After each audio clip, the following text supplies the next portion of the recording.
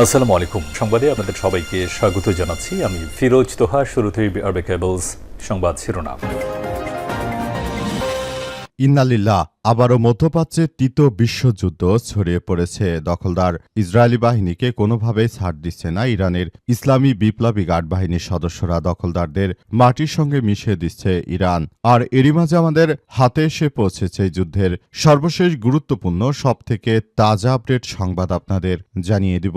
প্রথমেই জানাবো, হরমুজ প্রণালী খুলে দেওয়া সম্ভব নয়, কারণ স্পষ্ট করল ইরান। মধ্যপ্রাচ্যে অন্যতম গুরুত্বপূর্ণ জলপথ হরমুজ প্রণালী খুলে দেওয়া সম্ভব নয়, এমনটাই জানিয়েছে ইরান। দেশটির শীর্ষ আলোচক ও পার্লামেন্টের স্পিকার বাঘের গালিবাফ জানিয়েছেন যে যুক্তরাষ্ট্র এবং ইসরায়েলের প্রকাশ্যে যুদ্ধবিরতি লঙ্ঘন এর কারণে এই সিদ্ধান্ত নিতে বাধ্য হয়েছে তেহরান। খবর বিবিসির। এরপর জানাবো, নেতানিয়াহুর প্রস্তাব ৩ মার্কিন প্রেসিডেন্টই নাকচ করেছিলেন, শুধু মেনে নেন পাগলাটে প্রেসিডেন্ট ডোনাল্ড ট্রাম্প। ইরানের বিরুদ্ধে হামলা চালানোর জন্য মার্কিন যুক্তরাষ্ট্রের প্রেসিডেন্ট একমাত্র ডোনাল্ড ট্রাম্পই ইহুদিবাদী ইসরায়েলের প্রধানমন্ত্রী নেতানিয়াহুর কথা মেনে নিয়েছেন। নেতানিয়াহুর আগেও ৩ জন প্রেসিডেন্ট বাইডেন, বারাক ওবামা এবং জর্জ ডব্লিউ বুশ তাদের সবাইকে নেতানিয়াহু ইরানের বিরুদ্ধে যুদ্ধ করতে বলেছিলেন, কিন্তু সেই যুদ্ধে আসলে কোনো সরকারই রাজি হয়নি। শুধুমাত্র এই মার্কিন প্রেসিডেন্ট বর্তমানে যে পাগলাটে সরকার ডোনাল্ড ট্রাম্প, তিনি একমাত্র মেনে নিয়েছেন। ইরানের বিরুদ্ধে যুদ্ধ শুরু করে চরমভাবে বিপাকে পড়েছে মার্কিন যুক্তরাষ্ট্রের প্রেসিডেন্ট, কারণ আর্থিকভাবে মার্কিন যুক্তরাষ্ট্র চরমভাবে ফেঁসে গেছে। তারা এখন তাদের অর্থনৈতিক ব্যবস্থা মেরুদণ্ড ভেঙে দিয়েছে ইরান। মার্কিন যুক্তরাষ্ট্রের বর্তমান যে বৈদেশিক যে বাণিজ্য রয়েছে, সব মেরুদণ্ড ইরান ভেঙে দিয়েছে।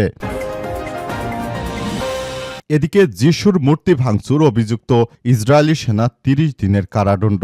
খ্রিস্টানদের সবথেকে ধর্মীয় মহামানব হচ্ছে যিশু খ্রিস্ট, আর মুসলিমরা যাকে হজরত ঈসা নবী হিসেবে মানে, সেই যিশুকে আসলে খ্রিস্টানরা তাদের প্রধান ধর্মপ্রচারক বা প্রধান ব্যক্তি হিসেবে মানে। সেই যিশুর মূর্তিকে ভেঙে ফেলেছে ইহুদিবাদী ইসরায়েলিরা, কারণ ইসরায়েলিরা আসলে যিশুকে নবী বা যিশুকে তারা মানে না। তারা হচ্ছে হজরত মুসা নবীর উম্মত। তারা মুসাকে তাদের নবী হিসেবে মানে, মুসাকে তারা মোজেস হিসেবে ডেকে থাকে।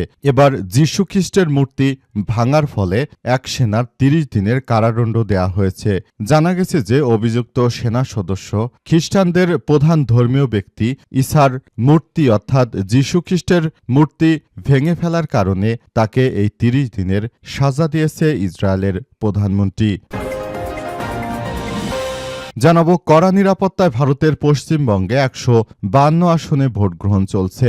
কড়া নিরাপত্তার মধ্যে ভারতের পশ্চিমবঙ্গ রাজ্যে বিধানসভা নির্বাচনে ভোট গ্রহণ শুরু হয়েছে। ২৯৪ আসনে ২ ধাপে ভোট হবে। প্রথম দফায় ১৬ জেলায় ১৫২টি আসনে ভোট চলছে। বাংলাদেশ সময় সকাল ৭:৩০টায় শুরু হওয়া ভোট চলবে সন্ধ্যা ৬টা পর্যন্ত। মমতা ব্যানার্জির ভাগ্য নির্ধারিত হবে এই ভোটে। এবং সর্বশেষ জানাবো, ঢাকায় মহাসমাবেশের ডাক জামাত ইসলামের। রাজধানীতে সমাবেশের ডাক দিয়েছে বাংলাদেশ জামাত ইসলাম। ২৫ এপ্রিল সকালে জুলাই শহীদ পরিবার ও জুলাই যোদ্ধা শীর্ষক ওই জাতীয় সমাবেশ অনুষ্ঠিত হবে। এক বিজ্ঞপ্তিতে এই তথ্য জানানো হয়েছে। আজ রাজধানীতে ঐতিহাসিক সোহরাওয়ার্দী উদ্যানে জুলাই শহীদ পরিবার ও জুলাই যোদ্ধা জাতীয় সমাবেশ অনুষ্ঠিত হবে। বাংলাদেশ জামাত ইসলামের আমির ও বিরোধী দলীয় নেতা ডাক্তার শফিকুর রহমান সহ ১১ দলের শীর্ষ নেতৃত্ববৃন্দ এতে উপস্থিত থাকবে বলে জানা গেছে। প্রিয় দর্শক, এতক্ষণ শুনছিলেন সংবাদ শিরোনাম, এবারে বিস্তারিত। তবে তার আগে বন্ধুরা, অনুরোধ থাকবে এই সংবাদটিতে একটি লাইক দিন। এই চ্যানেলে আপনি নতুন হয়ে থাকলে আমাদের সংবাদটি দেখতে দেখতে চ্যানেলটি সাবস্ক্রাইব করে রাখুন।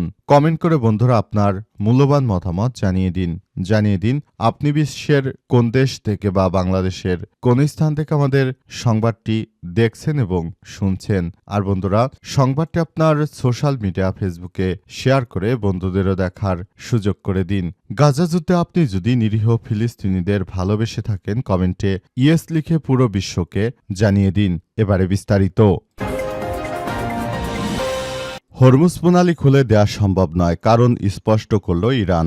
মধ্যপ্রাচ্যের অন্যতম গুরুত্বপূর্ণ জলপথ হরমুজ প্রণালী খুলে দেওয়া এখন সম্ভব নয়, এমনটাই জানিয়েছে ইরান। দেশটির শীর্ষ আলোচক ও পার্লামেন্টের স্পিকার বাঘের গালিবাফ বলেছেন যে যুক্তরাষ্ট্র এবং ইসরায়েলের প্রকাশ্যে যুদ্ধবিরতি লঙ্ঘন এবং এর কারণে এই সিদ্ধান্ত নিতে বাধ্য হয়েছে তেহরান। খবর বিবিসির। সামাজিক যোগাযোগ মাধ্যম এক্সে দেয়া পোস্টে তিনি অভিযোগ করেছেন যে যুক্তরাষ্ট্রের নৌ অবরোধ ইরানের বন্দরগুলো তো কার্যত অবরোধ করে রেখেছে, যা বৈশ্বিক অর্থনীতিকে জিম্মি করে রাখা শামিল। একই সঙ্গে তিনি ইসরায়েলের বিরুদ্ধে সব ফ্রন্টে যুদ্ধ উস্কে দেওয়ার অভিযোগ তুলেছেন। ইরানের প্রেসিডেন্ট মাসুদ পেজেশকিয়ান জানিয়েছেন যে তেহরান এখনও আলোচনায় আগ্রহী, তবে তিনি এই চুক্তিভঙ্গ, অবরোধ এবং হুমকি এসব প্রকৃত আলোচনার বাধা বলে জানিয়েছেন। তিনি মনে করেন যে কোনো সময় চুক্তি হতে পারে, তবে এর জন্য মার্কিন যুক্তরাষ্ট্র এবং ইহুদিবাদী ইসরায়েলকে অবশ্যই একটি শালীনতা বজায় রাখতে হবে। তারা যদি এই ধরনের কার্যক্রম চালিয়ে যায় এবং তারা যদি মনে করে যে ইরানের বিরুদ্ধে তারা এই নৌ অবরোধ দীর্ঘদিন ধরে চাপিয়ে রাখবে, তাহলে এই ক্ষেত্রে বলতে পারি কোনোভাবে এই যুদ্ধবিরতি আসলে কার্যকর হবে না বলে জানিয়েছেন ইরানের প্রেসিডেন্ট মাসুদ পেজেশকিয়ান। তাই তিনি তার ইসলামী বিপ্লবী গার্ড বাহিনীর সদস্যদেরকে স্পষ্ট ভাষায় জানিয়ে দিয়েছেন যে কোনো মুহূর্তে যে কোনো মূল্যে আসলে এই যুদ্ধ চালিয়ে যেতে হবে, কারণ যুদ্ধবিরতি যদি তারা করে ফেলে তাহলে ভবিষ্যতে মার্কিন যুক্তরাষ্ট্র তাদের হাত থেকে অস্ত্রশস্ত্রগুলো নিয়ে নেবে, তখন কিন্তু আসলে আর কোনো কিছুই করার থাকবে না। এজন্য তাদের এখনই এই সব বিষয়গুলো নিয়ে খুবই গুরুত্ব দেওয়া উচিত এবং এ বিষয় নিয়ে নেতানিয়াহুর প্রস্তাব ৩ মার্কিন প্রেসিডেন্টই নাকচ করে দিয়েছেন, মেনে নিয়েছেন শুধুমাত্র ট্রাম্প। ইরানের বিরুদ্ধে যুদ্ধ করতে গিয়ে ফেঁসে গেছে মার্কিন যুক্তরাষ্ট্রের প্রেসিডেন্ট ডোনাল্ড ট্রাম্প। মার্কিন যুক্তরাষ্ট্রের প্রেসিডেন্ট পাগলাটে প্রেসিডেন্ট ডোনাল্ড ট্রাম্প ইহুদিবাদী ইসরায়েলের ফাঁদে পড়েছে। তিনি প্রথমে বুঝতে পারেননি যে ইরানের বিরুদ্ধে যুদ্ধ শুরু করলে হয়তো তিনি বড় ধরনের বিপদে পড়তে চলেছেন। তিনি একবার যুদ্ধ শুরু করার পর এখন হাড়ে হাড়ে টের পাচ্ছেন যে আসলে ইরানের বিরুদ্ধে যুদ্ধ করা তার জন্য কতটা ভয়াবহ ছিল। ইরানের বিরুদ্ধে তিনি যুদ্ধ করতে গিয়ে সেনা হারিয়েছেন, অস্ত্রশস্ত্র, এমনকি মধ্যপ্রাচ্যে মার্কিন যুক্তরাষ্ট্রে যে প্রতিরক্ষা ব্যবস্থা সবগুলোই হারিয়ে ফেলেছেন মার্কিন যুক্তরাষ্ট্রের প্রেসিডেন্ট ডোনাল্ড ট্রাম্প। এখন তিনি হাড়ে হাড়ে টের পাচ্ছেন যে আসলে এই যুদ্ধ বাঁধানো তার জন্য কতটা ভুল ছিল। পাশাপাশি মার্কিন যুক্তরাষ্ট্রে যেসব কোম্পানি রয়েছে যেগুলো সারা বিশ্ব থেকে billion billion trillion trillion dollar আয় করে থাকে, সেসব কোম্পানিগুলোর যে ব্যবসা মধ্যপ্রাচ্যে, অর্থাৎ মার্কিন যুক্তরাষ্ট্রের উদাহরণ হিসেবে ধরুন যে মার্কিন যুক্তরাষ্ট্রের টেসলা কোম্পানি, গাড়ি নির্মাতা, এই প্রতিষ্ঠানটির প্রধান বাজার হচ্ছে মধ্যপ্রাচ্যের সৌদি আরব, কাতার, কুয়েত, বাহরাইন, ওমান সহ এসব রাষ্ট্রগুলোতে তারা সব থেকে বেশি গাড়ি সেল করে থাকে এবং এখান থেকে সব থেকে বেশি প্রফিট করে থাকে। কিন্তু বর্তমান সময়ে এই দেশে যুদ্ধ থাকার কারণে তারা গাড়ি বিক্রি করতে পারছে না। শুধুমাত্র এমন একটি কোম্পানি নয়, বরং এরকম হাজারো রকমের কোম্পানি রয়েছে মার্কিন যুক্তরাষ্ট্রের, যেখান থেকে মার্কিন যুক্তরাষ্ট্র কোটি কোটি ডলার আয় করত। এখন তাদের সেই ব্যবসা বাণিজ্য ইরান যুদ্ধের ফলে স্থবির হয়ে পড়েছে। এছাড়াও ইউরোপে পোশাক রপ্তানিতে এখন খরচা বেড়ে গেছে। আগে বাংলাদেশও দরিদ্র রাষ্ট্রগুলোর কাছ থেকে সহজেই ইউরোপীয় ইউনিয়ন যে পোশাক কিনতে পারত, এখন সেই পয়সায় আর সেই পোশাক তারা কিনতে পারবে না, কারণ এই পোশাকের দাম ইতিমধ্যেই বৃদ্ধি পেয়েছে। সুতরাং মার্কিন যুক্তরাষ্ট্রের প্রেসিডেন্ট, এই পাগলাটে প্রেসিডেন্ট ট্রাম্প নেতানিয়াহুর ফাঁদে পড়ে ইরানে হামলা চালিয়ে নিজের বিপদ নিজে ডেকে এনেছে। অথচ নেতানিয়াহু এর আগে অতীতে মার্কিন যুক্তরাষ্ট্রের প্রেসিডেন্ট যখন বাইডেন ছিলেন, বাইডেনকেও ইরানে হামলা করার জন্য উস্কে দিয়েছিল। যখন জর্জ বুশ ক্ষমতায় ছিল, ডাব্লু বুশ ক্ষমতায় ছিল, তখনও কিন্তু তাদেরকেও ইরানের বিরুদ্ধে যুদ্ধ করার জন্য উস্কে দিয়েছিল নেতানিয়াহু, কিন্তু তারা রাজি হয়নি। এরপর যখন বারাক ওবামা ক্ষমতায় আসেন, তাকেও উস্কানি দিয়েছিল এই কুখ্যাত ইহুদি নেতানিয়াহু। তবে তারা কেউই এই পাগলাটে ট্রাম্পের মতো ফাঁদে পা দেয়নি। যিশুর মূর্তি ভাঙচুর অভিযুক্ত ইসরায়েলি সেনার ৩০ দিনের কারাদণ্ড। যিশু খ্রিস্টের মূর্তির উপর এক ইসরায়েলি সেনার হাতুড়ি দিয়ে হামলার দৃশ্য সামাজিক যোগাযোগ মাধ্যমে ব্যাপকভাবে ছড়িয়ে পড়েছে। এতে ইসরায়েলের কট্টর সমর্থকদের একটা বড় অংশ ক্ষুব্ধ হয়েছে। এমন পরিস্থিতিতে অভিযুক্ত ওই সেনা সদস্যকে ৩০ দিনের কারাদণ্ড দেওয়া হয়েছে। একই সঙ্গে ঘটনাটি ক্যামেরায় ধারণকারী আরেক সেনাকেও শাস্তি দেওয়া হয়েছে। পাশাপাশি আরও ৬ সেনাকে জিজ্ঞাসাবাদের জন্য তলব করে করেছে ইসরায়েলের প্রতিরক্ষা বাহিনী আইডিএফ। এই ঘটনায় সামাজিক যোগাযোগ মাধ্যমে যখন ছড়িয়ে পড়ে মুখ খুলেন ইসরায়েলের প্রধানমন্ত্রী নেতানিয়াহু তার পুরনো বক্তব্যই নতুন করে আওড়েছেন বলে।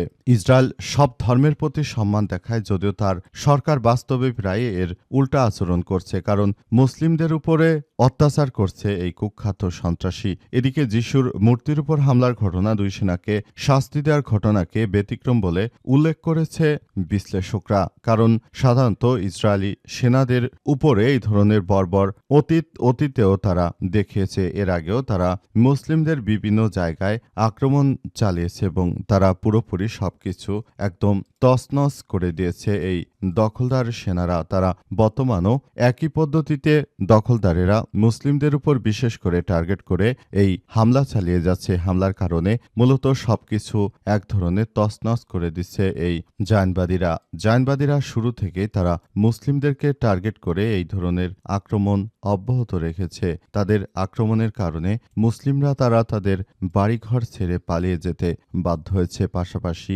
খ্রিস্টানদেরকেও তারা ছাড় দিচ্ছে না, তারা যিশুর মূর্তিকে হাতুড়ি দিয়ে পিটিয়েছে। কড়া নিরাপত্তায় পশ্চিমবঙ্গের ১৫২ আসনে ভোট গ্রহণ চলছে। কড়া নিরাপত্তার মধ্য দিয়ে ভারতের পশ্চিমবঙ্গ রাজ্যের বিধানসভা নির্বাচনে ভোট গ্রহণ শুরু হয়েছে। ২৯৪ আসনে ২ ধাপে ভোট হবে। আজ প্রথম দফায় ১৬ জেলার ১৫২টি আসনে ভোট চলছে। বাংলাদেশ সময় সকাল ৭:৩০টায় শুরু হওয়া ভোট চলবে সন্ধ্যা ৬টা পর্যন্ত। আর যেসব জেলায় ভোট হচ্ছে সেগুলো হচ্ছে দার্জিলিং, কালিম্পং, জলপাইগুড়ি, আলিপুরদুয়ার, কুচবিহার, উত্তর ও দক্ষিণ দিনাজপুর, মালদা, ঝাড়গ্রাম, পুরুলিয়া, বাঁকুড়া, বীরভূম, মুর্শিদাবাদ, পূর্ব ও পশ্চিম মেদিনীপুর এবং পশ্চিম বর্ধমান। বর্তমান শেষ ধাপে ভোট হবে ২৯ এপ্রিল। ৪ মে থেকে ভোট গণনা ও ফল প্রকাশ হবে। প্রথম দফায় ১৫২ আসনে প্রতিদ্বন্দ্বিতা করছেন মোট ১,৪৭৮ জন প্রার্থী। মনোনয়নপত্র জমা পড়েছিল ১,৫২৫টি। সব থেকে বেশি ১৫ জন করে প্রার্থী রয়েছে কোচবিহার দক্ষিণ এবং ইটাহার আসনে।